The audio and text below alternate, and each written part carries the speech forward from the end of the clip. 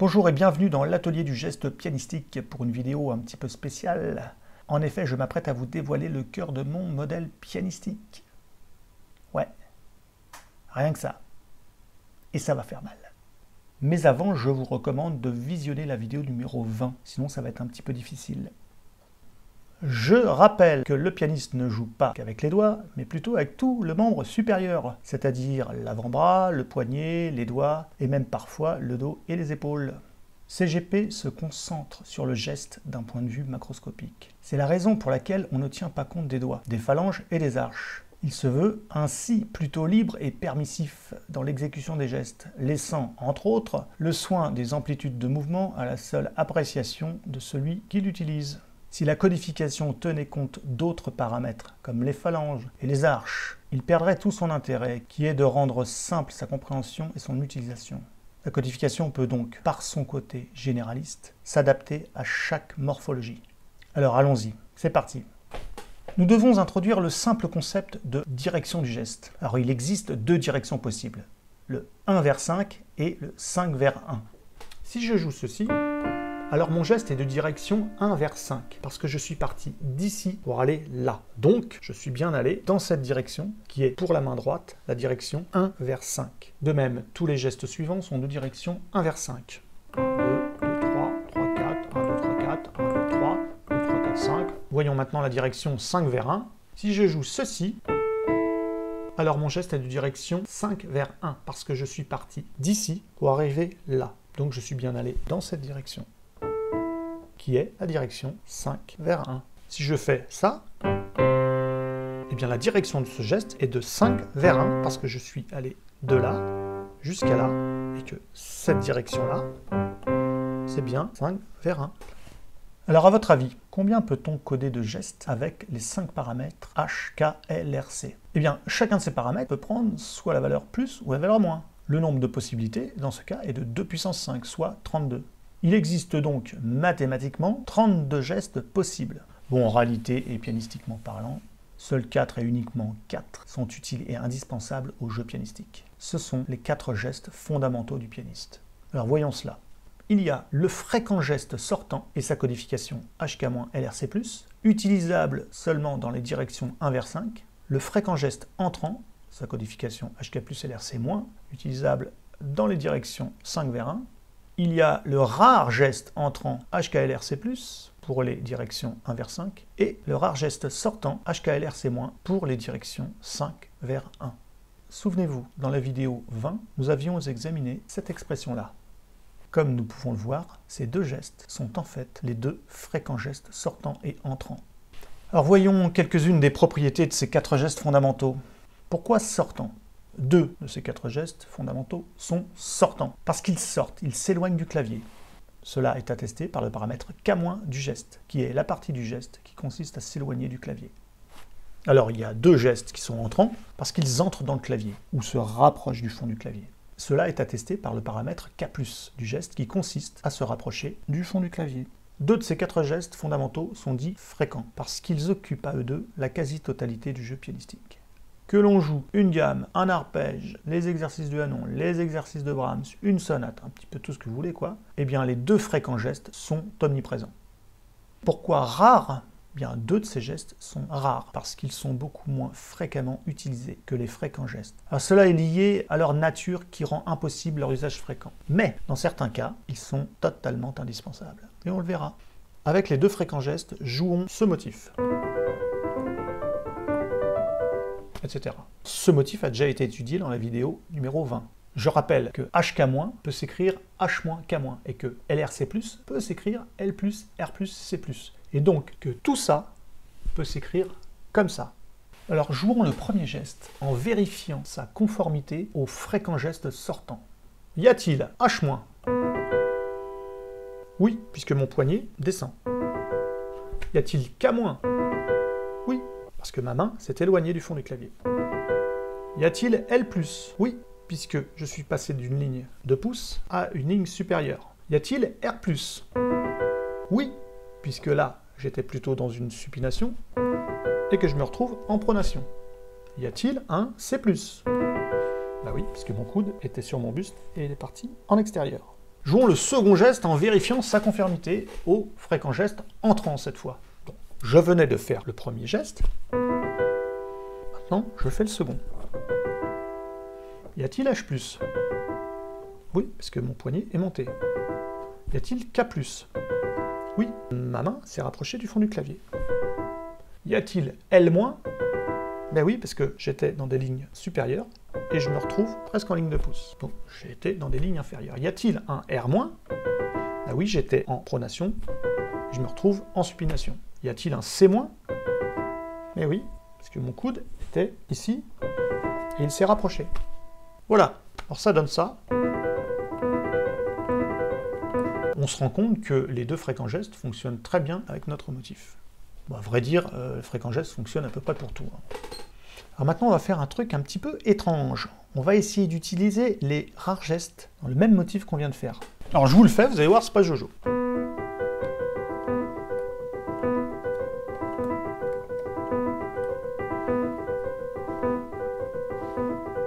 Appliquons un par un les paramètres. Y a-t-il H+? Oui, le poignet monte. Y a-t-il K+? Oui, la main avance. Y a-t-il L+? Oui, je suis en ligne de pouce et je vais dans les lignes supérieures. Y a-t-il un R+? Oui, je suis en supination, je me retrouve en pronation. Y a-t-il un C+? Oui, parce que mon coude se dégage. Etc. On pourrait faire la même chose pour le rare geste sortant. Donc on s'aperçoit que les fréquents gestes, pour ce motif-là en tout cas, bien plus facile à utiliser que les rares gestes. Voilà, bon, vous allez me dire, mais c'est quoi cette invention des rares gestes? C'est un petit peu n'importe quoi ou quoi? Eh ben non, c'est pas n'importe quoi.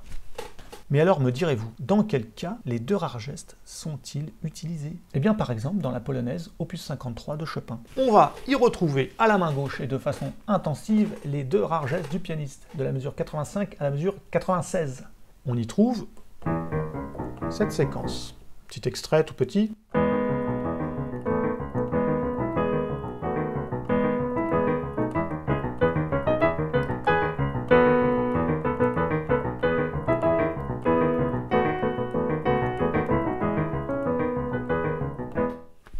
Alors voici la codification de ces 4 doubles croches répétées. Mi, Ré dièse, Do dièse, HKLRC+, Si, HKLRC-. Donc on voit bien que là, on utilise les deux rares gestes. Jouons le premier geste en vérifiant sa conformité au rare geste entrant. Il faut jouer ceci, HKLRC+. Alors voyons. Y a-t-il H+? Oui, parce que mon poignet est monté. Y a-t-il K+? Oui, parce que je suis passé de là vers le fond du clavier. Y a-t-il L+? Oui, parce que on était plutôt vers des lignes inférieures, et on se retrouve un petit peu vers des lignes supérieures. C'est très léger, mais on y est quand même. Y a-t-il R+? Ben oui, parce que là on était plutôt en supination, et là on arrive un petit peu en pronation. Et y a-t-il C+?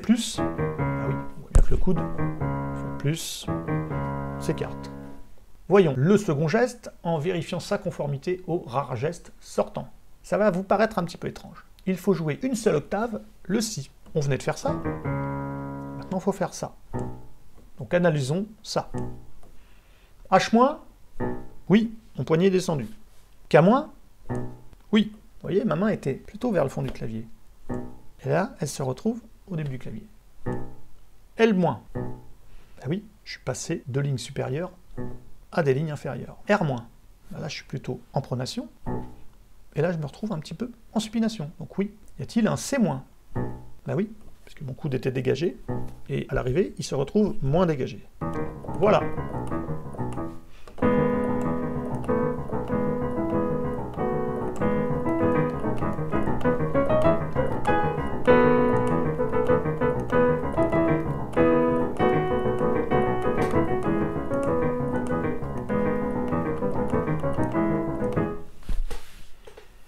Nous pouvons dire, contrairement à tout à l'heure, que ce rare geste est particulièrement efficace pour notre motif. Si à la place, nous avions utilisé les gestes fréquents pour ce motif-là, l'exécution pianistique aurait été plutôt impossible. Il se trouve qu'à partir de la mesure 97, on se retrouve avec les deux fréquents gestes. Regardez bien.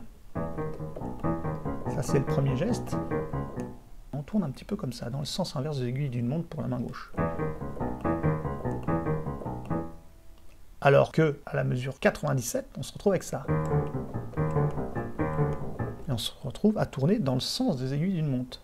On a vraiment deux gestes très différents.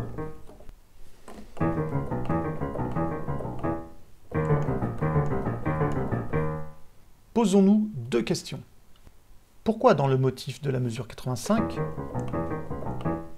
avons-nous choisi les deux rares gestes?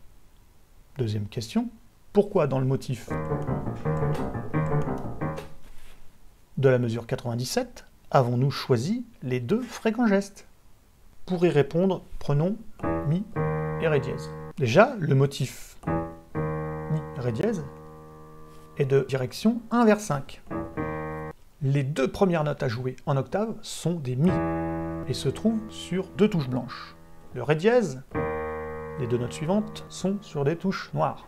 Or, il faut bien se rendre compte que les touches noires commencent bien plus loin dans le clavier que les touches blanches. Cela implique que pour atteindre le Ré dièse à partir du Mi, il faut avancer la main en direction du fond du clavier. K+ est le geste qui permet cela. D'autre part, les touches noires sont plus hautes d'à peu près 1 cm que les touches blanches. Cela implique que pour atteindre les Ré dièse à partir des Mi, il faut monter le poignet, et ce grâce au geste H+. Alors à votre avis, quels sont les deux gestes qui incluent les composantes K+ et H+ dans leur codification?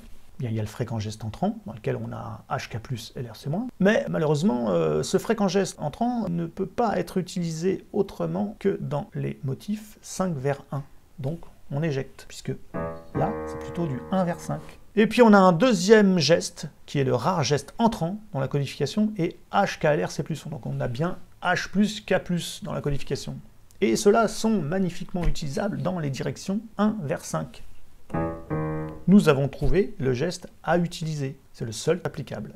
À la mesure 97, les deux fréquents gestes refont leur apparition. On y trouve ceci. Voici la codification de ces 4 autres doubles croches répétées. Il s'agit des deux fréquents gestes. Jouons le premier geste en vérifiant sa conformité au fréquent geste sortant. On a ce premier geste à faire, qui est le fréquent geste sortant. Y a-t-il H-? Bien oui, puisqu'on est passé de là. Voilà. Y a-t-il K-? Ben oui, on a reculé. Y a-t-il L+? Ben oui, puisque là on était plutôt en ligne de pouce, et qu'on se retrouve dans les lignes supérieures. Est-ce qu'il y a R+? Ben oui, puisque là on était plutôt en supination, et on se retrouve un petit peu plus vers de la pronation. Est-ce qu'on a C+? Ben oui, on a vu le coude se dégager. Jouons maintenant le second geste. On vient de faire ceci. Il faut faire ça. Étant donné qu'on vient de jouer cela, qui est en fait HK- LRC+, on se retrouve donc à l'issue de ce geste-là, dans des états moins HK plus LRC. On peut le vérifier. Plus C, il est là. Plus R, on est plutôt en pronation. Là, on est plutôt en plus L avec des lignes supérieures. On n'est pas comme ça. Et on a un poignet qui est plutôt bas, puisqu'on était plutôt bas. Et on a un K-. Ça veut dire qu'on est au bord du clavier. Faisons notre geste. Est-ce que j'ai H+? Oui, la hauteur du poignet diminuée. Est-ce qu'on a K+? Oui. Est-il un L+? Oui, là on était plutôt dans les lignes supérieures, mais là on va se retrouver visiblement vers une ligne inférieure. Est-ce qu'on est en R-? Là j'étais plutôt en pronation. Je me retrouve en supination. Alors, bien oui, c'est une rotation négative. Est-ce qu'on a C-? Ah oui, ça c'est moins, c'est sûr qu'on l'a. Le coude est revenu.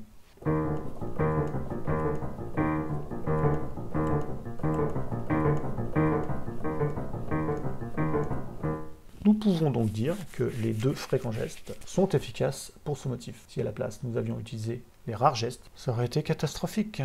Alors dans cette vidéo, je vous ai présenté le cœur de mon modèle pianistique, fruit tout de même de 25 ans de recherche, de réflexion, d'expérimentation en tout genre, etc. Je n'ai pas encore apporté les preuves qui valident ce modèle, simplement parce que ce n'était pas l'objet de cette vidéo. Les preuves, je les apporterai dans d'autres vidéos. Voilà. Dans la vidéo suivante, nous parlerons des deux fréquents gestes et leurs utilisations dans les gammes et les arpèges. Donc c'est là qu'on va vraiment commencer un vrai travail. D'ailleurs, pour ceux que cela intéresse, Essayez donc de trouver les expressions CGP des motifs suivants. Une gamme, main droite, sur un octave, un arpège, main droite, sur 2 octaves, et le motif suivant, qui est le même que celui-là, au niveau du geste, qui est le même que celui-là, au niveau du geste, qui est le même que celui-ci. Je donnerai les résultats dans la prochaine vidéo. J'espère que vous serez nombreux à trouver ou à essayer de trouver. Bon, j'ai pas non plus 1 million d'abonnés. Non, bon. Et bien voilà, c'est terminé pour aujourd'hui. Si vous avez aimé cette vidéo, pensez à la liker, à la commenter, à la partager. N'hésitez pas à vous abonner et pour être averti des futures vidéos, appuyez sur la petite cloche. Vous pouvez aussi soutenir financièrement mon travail via ma page Tipeee. D'ailleurs, j'en profite pour remercier mes tipeurs. Alors, tous à vos pianos et à bientôt!